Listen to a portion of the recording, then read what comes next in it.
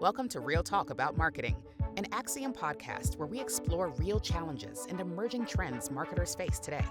At Acxiom, we love the solve and helping the world's leading brands realize the greatest value from data and technology.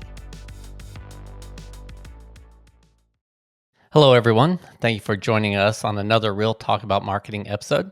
I'm your host, Kyle Holloway, and I'm joined today by a very special co-host, Lorel.Wilhelm. Lorel, welcome back to the show. Thank you, Kyle. It's It's lots of fun to be here. awesome, man. It's a pleasure to have you joining us today. So can you give our listeners a quick overview of your role here at Acxiom? Yeah, happy to. So I look after our partner and services marketing for Acxiom. So I'm super excited about our episode today and to be here with Erin. Yeah, well, we do have a special guest today from Snowflake. We have Erin Foxworthy, Global Head of Marketing and Advertising. So, Erin, welcome to the show. Thank you for having me. Why don't you give our listeners some background on you, kind of how you got to Snowflake and a little bit about your history in the industry? Sure, love to. I won't say how many years I've been in it. Let's just say right out of college, I landed in digital advertising, which was pre-Google. So I'm going to leave it there. Spent the early part of my career in the early agency world. I most of my career, almost all of my career has been in Los Angeles, and it was interesting time then because digital budgets were a tiny percentage of the fraction of a marketing organization. And in Los Angeles, I got the opportunity to work across a lot of different types of industries, but automotive and entertainment tend to be large ones there. Mm. And I spent a lot of my time kind of in these large enterprises, one very, let's say, more data rich, some data poor. And so it was really interesting to see kind of how different industries approached, right, their marketing services. So I spent a lot of time in a lot of different types of businesses, which I think was really helpful in my early career. I had an interesting opportunity later, after working the agency side, is to either go client side or to go technology side. And I loved the kind of the digital advertising slash technology intersection that was happening at the time. And I got a really amazing opportunity to go work at Microsoft. And in that role, similar to the role I have now, it was a role called category development. And this is when kind of Microsoft advertising was being born, right? So if you think about kind of Jeff Green's ad ECN was there, they had the Aquana purchase, right? This is pre-Bing. And they're building a really large advertising division. And so my role was to kind of come in as a let's just call it a marketing expert to kind of help the field kind of sell in some of the services across the Microsoft portfolio. And so we did that for many years, rolled that out globally. And then, kind of sat back after kind of Microsoft was kind of unraveling a little bit of their kind of footprint within the advertising world. And I tend to do this to myself. I get really curious about things I don't know, which I know they say is a good thing. Sometimes that's not Yeah. necessarily always a good thing, Sure. right? And I was watching kind of the unfolding of programmatic. I was watching the unfolding of a lot of data-driven marketing. We had just started that, and Microsoft Advertising was fascinated by that space. And so I did a little bit of time, very short, at, it was called Rubicon Project, which is now Magnite, Mhm. so on the SSP Okay. side. And that was really interesting, but right in the moment I was there, I had an opportunity from a very good friend to kinda come back agency side, which I swear I would never do. But she had this amazing opportunity that I couldn't pass up was she had there was a brand new movie studio, had no legacy data, and Mm. she wanted to start to unify her MarTech stack to her ad tech stack.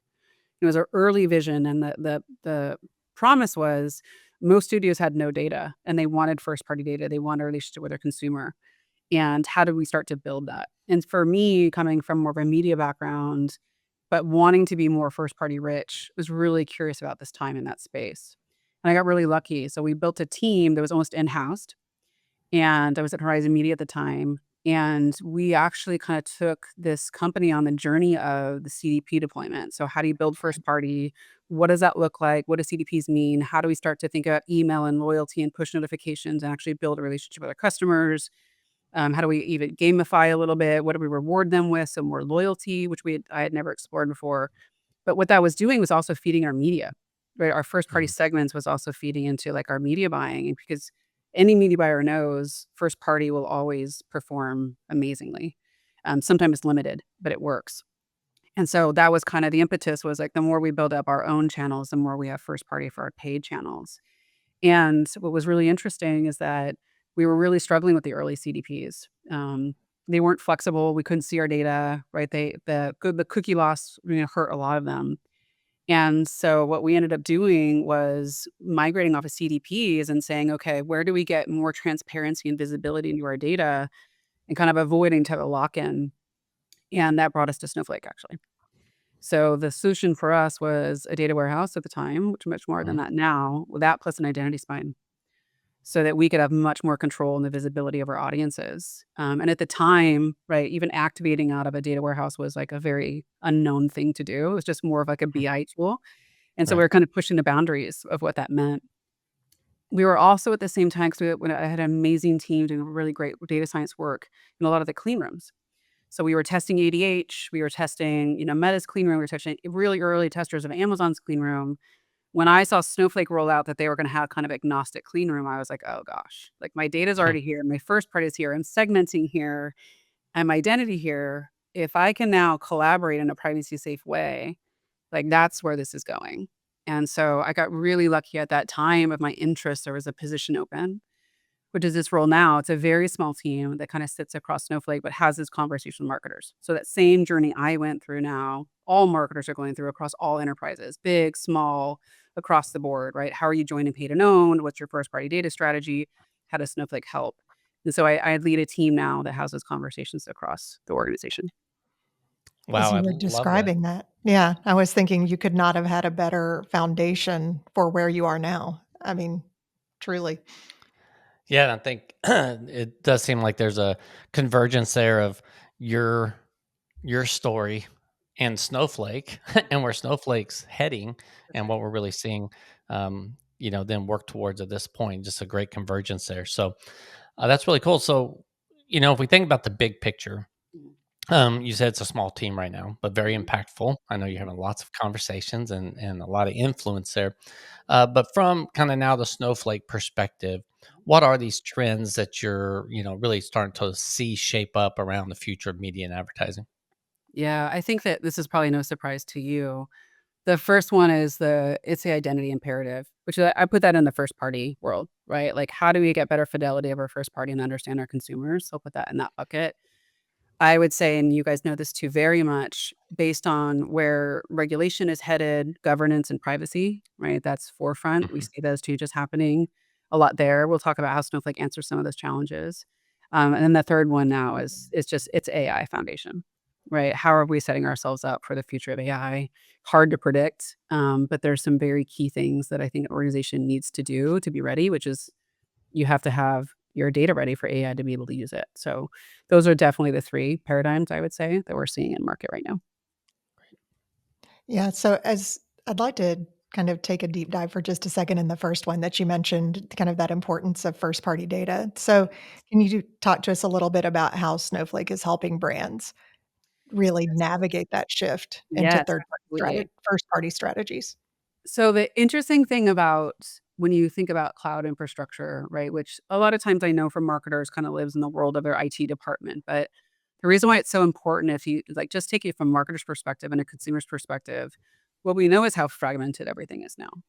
Right? So in our world, you'll hear people talk about structured and unstructured data. Really, it's Mhm. about consumers are on apps, they're on web, they're in your retail stores, right? They're in your call centers, right? They're looking at video messages, they're listening to audio. All of those consumer touch points are things that marketers want to use because what we do is we understand behavior. We understand consumer behavior better than anyone else. I love the way that marketers' brains think, but to be able to think about how to respond to those touch points, we have to have the data in a place that can handle it.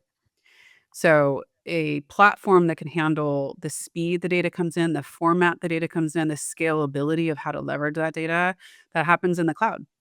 And so what Snowflake does is allow you to bring all those different elements, right, in a way that you can transform it to make it something that can be usable by the business. And that's really what Snowflake does. It was built to do that. The way that it was architected really early was meant to be exceptionally fast and scalable platform. And so for consumer data, which is probably the fastest moving data set, I would argue, right, we really set ourselves up to be that foundation.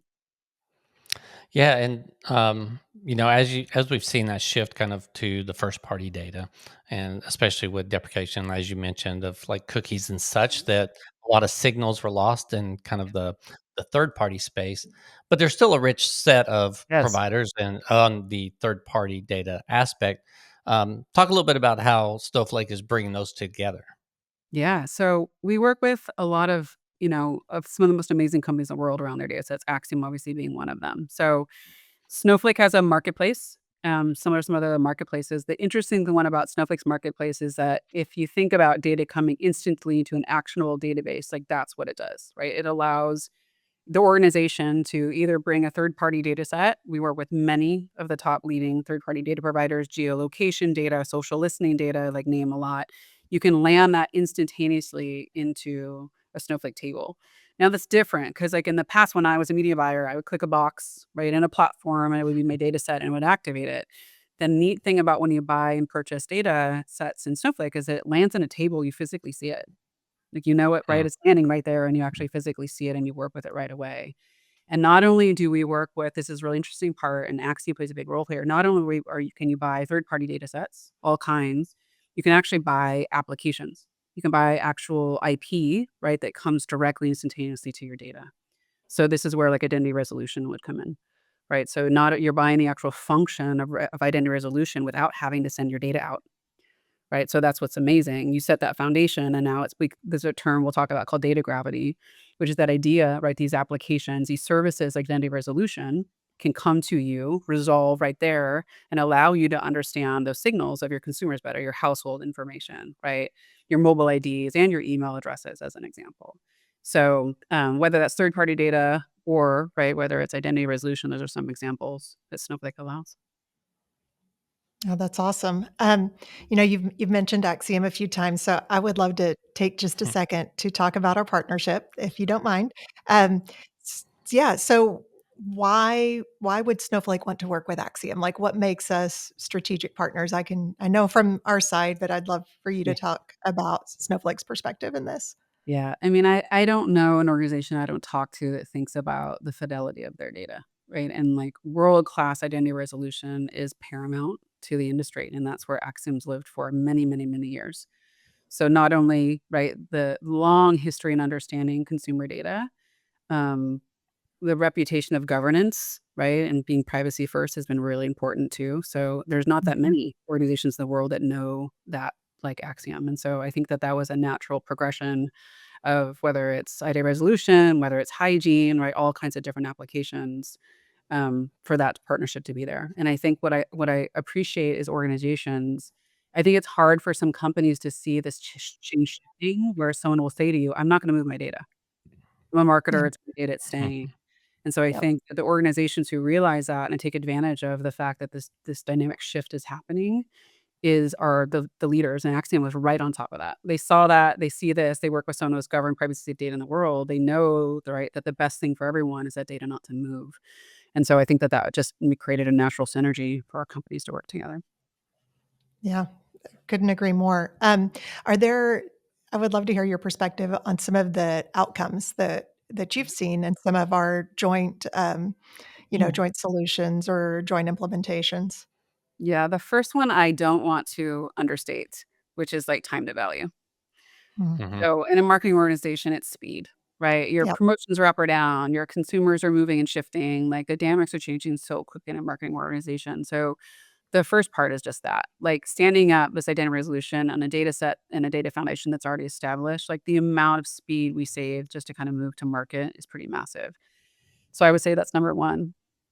The second one, and I know there's still a lot of organizations that struggle with this, is really kind of increasing, especially in the paid ad space, like the fidelity of your match rate, right? So we still know these platforms don't have all the signals. And for them to perform well, they need both from a activation perspective and also from a measurement, like from a conversion API perspective, right? They need this data to be able to do what the platforms do well, which is understand their audiences, but they don't have all the signals. So I think marketers are like, how do I continue to make sure I have high fidelity data where I'm enriching these audiences into downstream platforms that get me the best, right, bang for the buck? Um, I definitely see an improvement of that type of signal as we work together. Mm. Yeah, and talking about working together, obviously, we have a shared set of clients, right? Where we are approaching really the marketing and advertising arms of world's largest brands and such. But you mentioned earlier talking about um, cloud tends to Mhm, be in the IT department, mhm, right? mhm. Execution and everything kind of lives in the marketing department. That's right. And you're kind of sitting at the middle of that. And certainly Axiom's long time role has been kind of bridging the gap between those two. And so it's really interesting where you are coming at it from a architectural, even a kind of fundamental level of how to enable technology for these purposes, Mhm. but then communicating that Yeah. to a more non-technical. Certainly the marketing department has become much more technical over the last even 5 years, in my experience. And so you're bringing that, and I love that, like Snowflake's really leaning in by bringing on practitioners like yourself to help with that. So talk a little bit about how Snowflake is approaching this aspect of being a technology company and a core component, but how they're like delivering that into the marketing departments. Yeah. It's not easy. That's what I'm gonna start with. There you go. Yep. And the reason why, I mean, I've Good sat answer. Good on answer. Yeah. right? It's Agreed. not easy Yeah. because I've been in the office of CMOs many times. Like, they Mhm. are under the gun, the pressure. We know the average life cycle of a CMO is very short. Like, the amount that is sitting on them, and then for them to sit back and understand, "Oh, I need to understand cloud," right? Which is highly technical, and by the way, it's its own massive ecosystem, right? It's Yep. funny, it's like we have a lot of drama sitting in MarTech and AdTech. We have the same type of drama in cloud, right? It's just there's all Mhm. kinds of competitors and things happening, moving all the time. So you really kind of have to stay on top of it. But I think that that's what we're hoping to do. And you guys, Accent does this so well is when we talk about Snowflake, I can talk about elasticity like I did in scale and structured, unstructured. But what I'm really saying is like, do you want a faster event trigger for someone that's abandoned Mm. a right? Yep. So, like, we try to get to that business level, and we need a whole ecosystem of partners to get us there, right? But, like, we are solutioning for that modern, need of a marketer, right? A lot of it's speed, a lot of it's governance, a lot of it's privacy, a lot of it's better measurement and visibility into their data. Every CMO can understand that. It's a little bit of a translation. And so the other part that's really been I think, driving this too is that Snowflake, one of our key parts of our ecosystem is its collaboration, Mhm. whether that's for second party data, whether that's collaboration to, add platform endpoints or MarTech providers. Snowflake was built actually to be a collaborative platform. And so I think what you're starting to see is that when a marketer goes to say, "Hey, I want to collaborate with, maybe a tangential sister agency or company, or, and I want to think about, maybe a really interesting co-promotion around data." I think what they're hearing is our IT department's going like, "Okay, that's great, but we're gonna do it through a data share, or we're gonna do it through a data clean room because we have governance concerns." And so I think they're hearing sometimes Snowflake come into the conversation around collaboration, and sometimes that's where it's starting. And then that's allowing us to come in and actually saying, "Well, actually, your entire foundation's here, and that's why it's important to you to care." So I think we come in sometimes with a conversation like that a lot, which is great. Well, if the way we come in and that's the way CMOs understand us is through, collaboration, that's a great opportunity for us to educate as well. Yeah, I think it leads back to your original kind of 3 points: first party data regulation, and then now AI on top of that. So adding one more level of Yes, complexity and yes, challenge, big one. right?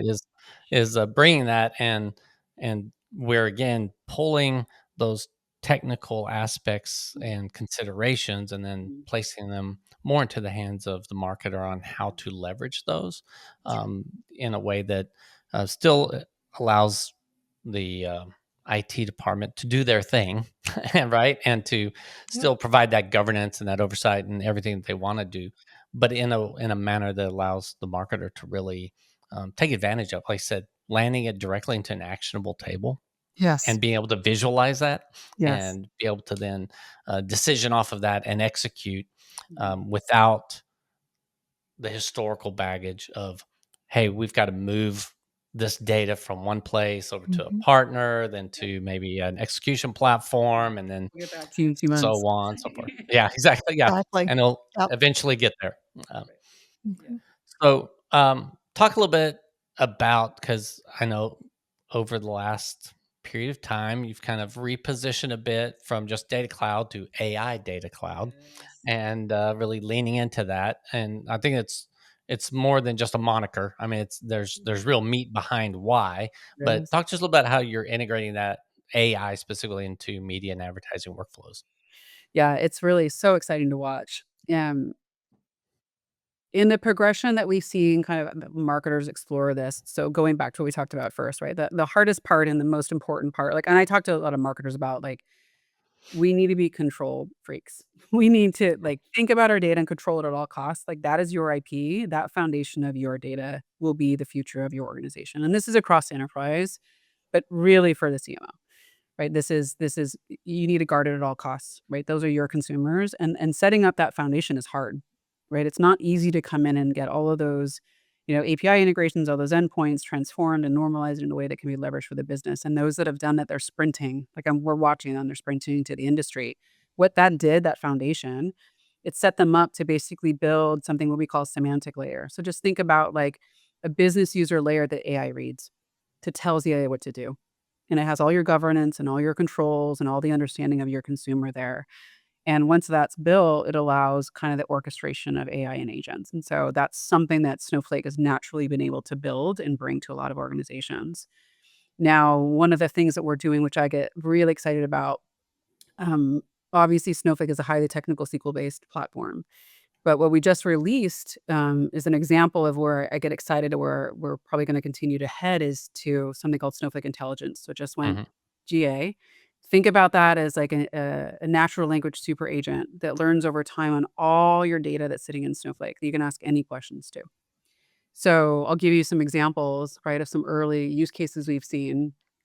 We've seen, the questions of, "Hey, I wanna understand." I have social sentiment data coming in, right? I have it some from my APIs, I have things coming off of blog chatter, I have it coming off of some social platforms. I just wanna understand, like, what's the sentiment, right, that's happening around my brand. Maybe I had a trailer drop, maybe I had a game release, maybe I had a Friday promotion.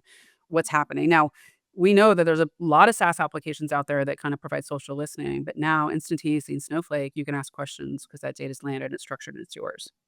And so you have that beautiful UI layer now to ask the questions to, and learns over time, right? And so whatever data sources you wanna feed that, right, it gives you kind of the understanding of that. Think about that on top of measurement data, right? Instantaneously Yeah. asking questions over Mhm. what's my highest lifetime value, what's my best performing segment. Um, when you start to combine that across, what's happening across, my call center, right? Like, give me a cohort of users that are unhappy with their last experience that I can think about segmenting. So it's powerful. It's not just it's and so there's a lot of chatbots. There's many of them, but ours comes with the intelligence of all the data within the enterprise, right, and the learnings. And so it's really exciting for us to watch that, um, and kind of see us as kind of being the place of democratizing all the data that the marketer has never been able to access. I love that, like, as a business user, right, like, it's so fun to be able to see the ability for Snowflake to really democratize the data that they've never had before, and I'm even processing this a lot as a marketer. Hmm. What does that mean for images? What does it mean for audio? What does it mean for all this data I've never had, this unstructured data that's coming in now? I'm excited to see some of those use cases too. What have some early reactions been as you've demoed Snowflake Intelligence? I got to see it this morning, and it is Um, amazing. it is It's really amazing. amazing. I Yeah. mean, we like UIs, we're visual, right? And Mhm. so I think, like, I can talk all day, right, about a semantic data layer, and then I could say, like, "Look what it can do," right, to answer questions Yeah. you've never seen before. We walked into, a gaming company, we've talked to a movie studio, right, and it's all of a sudden, it's like, "Do you wanna do box office predictions, ticketing data, and also tie that to, like, your measurement of all your ad spend, all in one UI layer?" And they're like, "Yes." Right? Yes, So please. yes, please. Mhm. So, Yeah. like, I couldn't demo that, right? We've been pulling up SQL and we'd be showing them code and that, and then hopefully attaching it to a beautiful, BI tool. But now we can just do that instantaneously, right, with natural language. And so it's fun, right? Because, as marketers, we know the questions. And now what we just have to do is make sure you have the data in a format that it can be answered. Yeah, I love that. And that kind of leads to kind of the enabling component, which is your native apps. You kind of touched on those earlier, and certainly that's been a place where Acxiom has really leaned in, right? Because um, from an enterprise perspective, as you've noted, having the data all there and then being able to have Snowflake intelligence, the AI agent on top of that is awesome. But then that aspect of how do we bring one, data hygiene into that, bring in the aspect of, as you said, identity resolution, to really know who the individuals are within that ecosystem and start to stitch all those disparate components together. Because it's one thing just to have all the data there; it's another Right. to effectively stitch it together, Sure. and then augment it Yeah. or enrich it, with those third-party assets, like we talked about, all while not leaving your own ecosystem. That's right. Bringing those capabilities to the data, and that's Mhm. that's really been a great strategy for us at Acxiom, uh, in conjunction with your native applications, is being able to take what has historically been send your data to us and then we'll return it, Yep. of us being able to bring our capabilities still in a very privacy conscious, because we've always been at the very forefront of privacy legislation and ensuring compliance, and so allowing us in a privacy conscious manner to bring our capabilities to the data in a privacy conscious ecosystem Mhm. has really been a game changer, Mhm. and one that I'm really excited to see continue to grow out over time. And so, yeah, that native application framework that you guys have brought to Mhm. the table, I think is just been a very strategic component. It's really interesting you say that because I'm processing like native apps have been around for a little while. You guys were leading this space Mhm. there, and when I think about identity resolution, I think about hygiene, and I think about a better customer view. We talked about this earlier. A lot of times to test and understand if that was helping was a downstream activation to a match rate, and then maybe there's some measurement, right? And then you understood like, oh, this is really helping, kind of like helping, get a better view of my data because I can see it in my match rates and kind of my media as an example. But if you think about now, if if I can ask natural language questions of my audiences, like you're going to see immediately the value of it, right? Because you're going to know through the questions the accuracy of the data, which is exciting, right? It's going to make, I think that investment of identity resolution and hygiene and something like Acxiom even more important because it's going to immediately, right, give the marketers the visibility into the data, not even necessarily for activation, but just for understanding of audiences. So I think that's going to be an interesting value, right, that Acxiom's going to bring to Snowflake Intelligence for sure. Yeah. So, in all of the conversations that you have with marketers across the industry, Erin, are there any common threads that you're hearing, common challenges you're seeing, especially on the media side, that leaders are Mm, facing? And, yes. just talk to us a little bit about those and how Snowflake helps address them.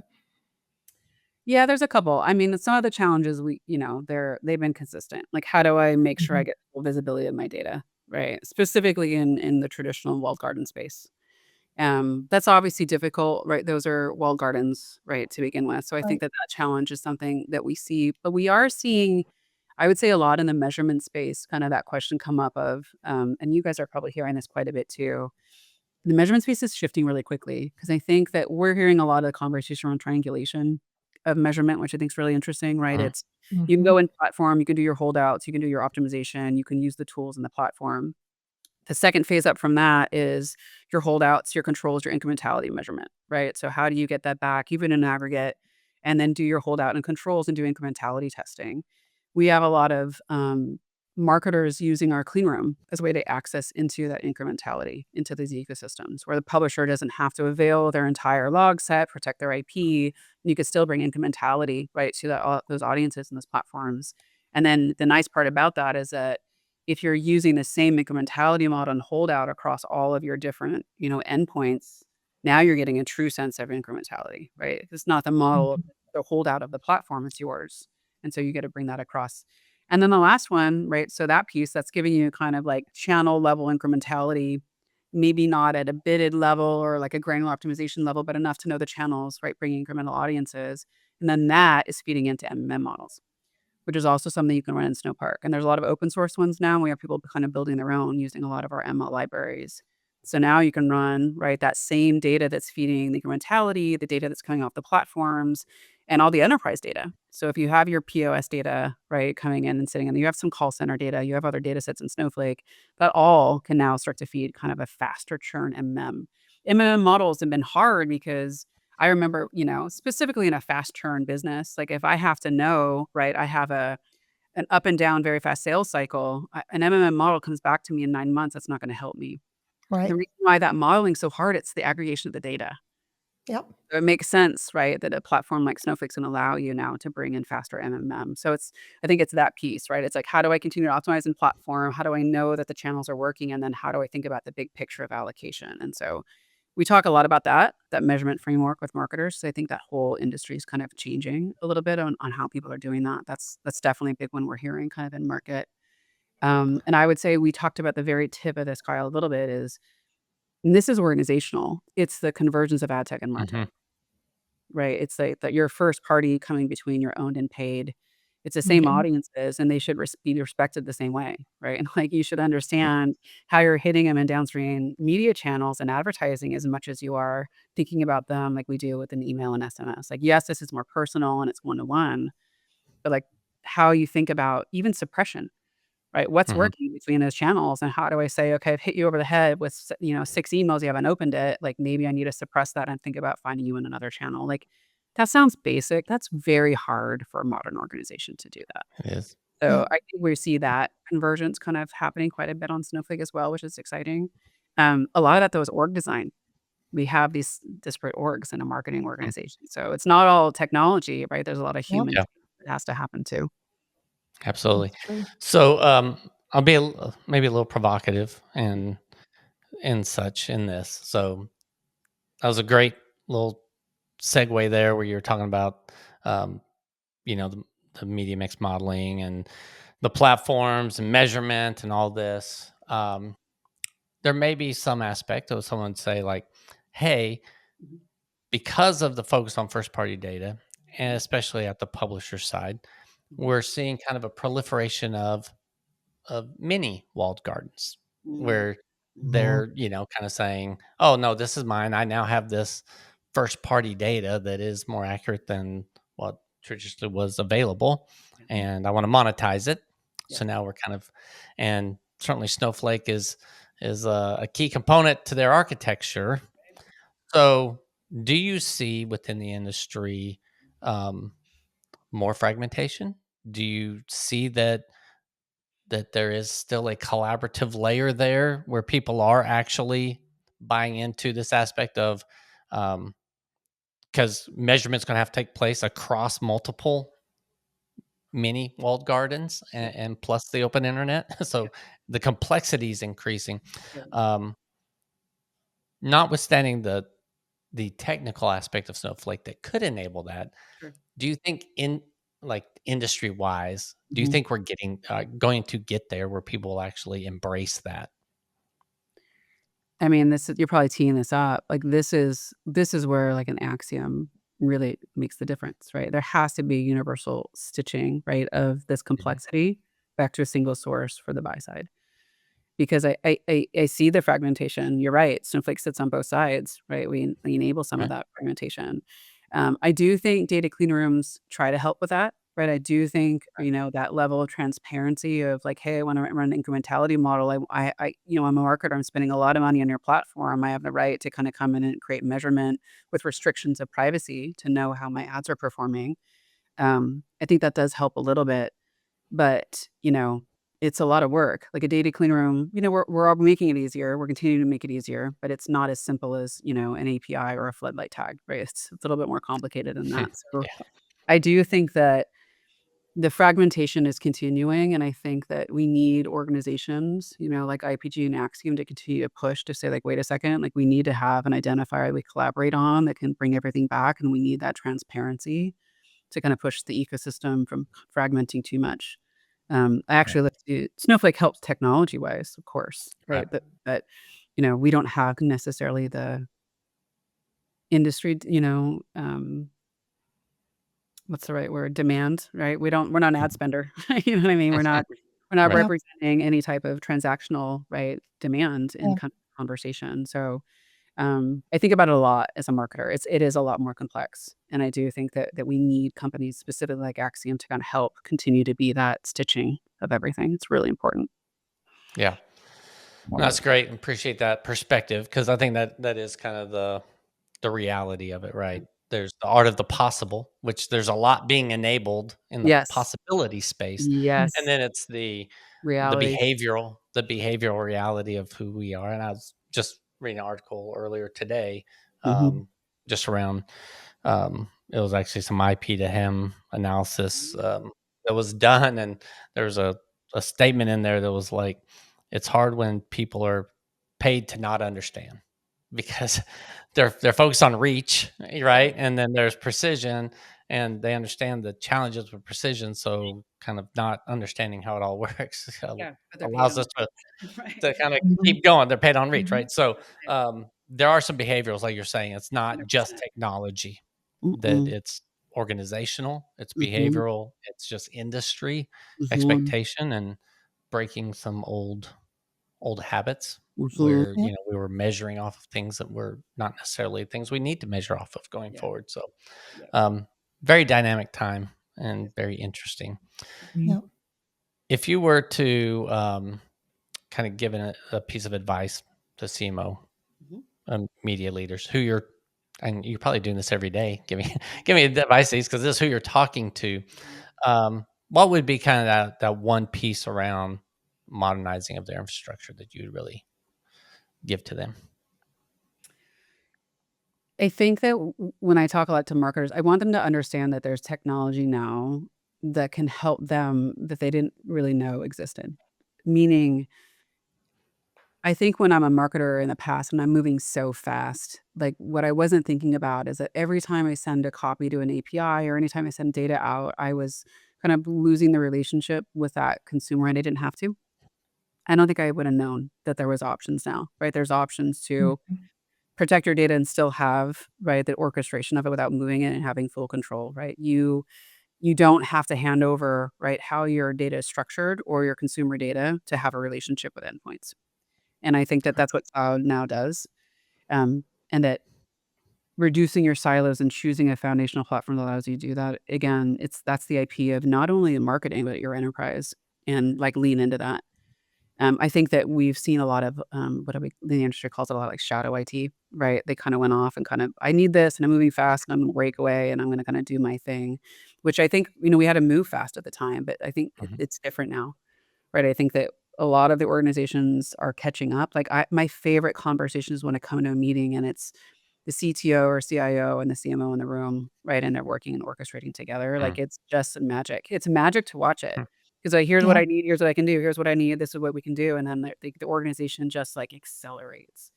So it's, reach out and ask the questions, right? Because it's the technology's there, the information's there. So I kind of like control freak CMO, like be controlling of your data, right? You don't have to like give away the keys to the kingdom. Like you are in control of your customer data and it's your IP. So I coach a lot around that. I think if you walk in a room and all of those leaders are there, like you just described, it really is the blending of the art of the possible and reality, kind of bringing it to fruition. Yeah. Agreed. Well, we Yeah. are about out of time, which it always goes way faster than everything it does. So I'm going to actually ask this to both of you.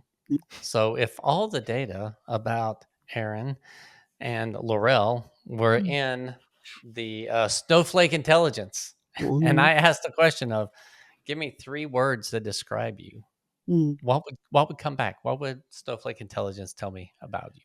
Well, you go first because I have to think about it. Oh, man. You saw me writing down I as soon did. as you said, "I'm gonna ask." Think about it Oh, for a second. man. Give me 5 seconds.